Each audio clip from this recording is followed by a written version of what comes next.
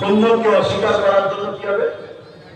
এজন্য বলেন ঈমান চলে যাবে। আমি এই কথাটা বলে শেষ করবো। দাদা হুজুর পীর কেবলাকে কারা কারা মানেন একটু হাত তুলে দেখাবেন। মাশাআল্লাহ, নারে তাকবীর, নারে জিহাদ, দাদা পীরের হক সিলসিলা, দাদা পীরের হক সিলসিলা, দাদা পীরের সিলসিলা আহলে সুন্নাত ওয়াল জামাআহ, দাদা পীরের খলিফা হুজুর গো, নারে জিহাদ। আপনারা দাদা হুজুরকে মানেন, তাই তো নাকি?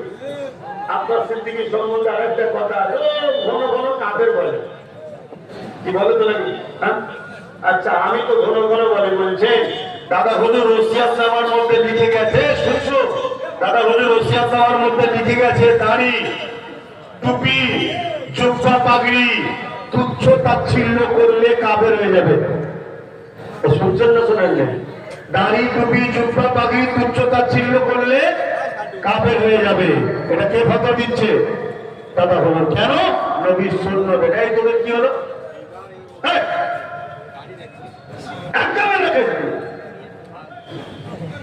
একসাথে পেয়েছে সব নাকি?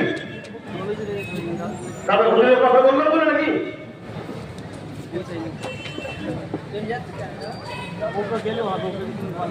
হ্যাঁ, আপনি একাই করবেন, আমি করবো নি বাপ, তাই তো নাকি? দাঁড়ান, আসেন, আর কথা নয়, একটা শেষ কথা বলবো। নেকির দরকার আছে না নাই?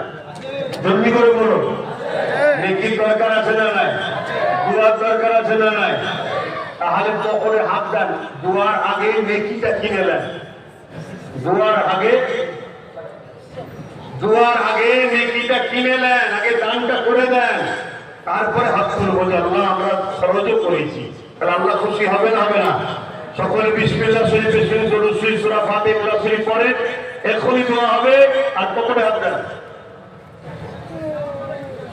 হ্যাঁ, দোয়ার পরে এখানেই নামাজ হবে।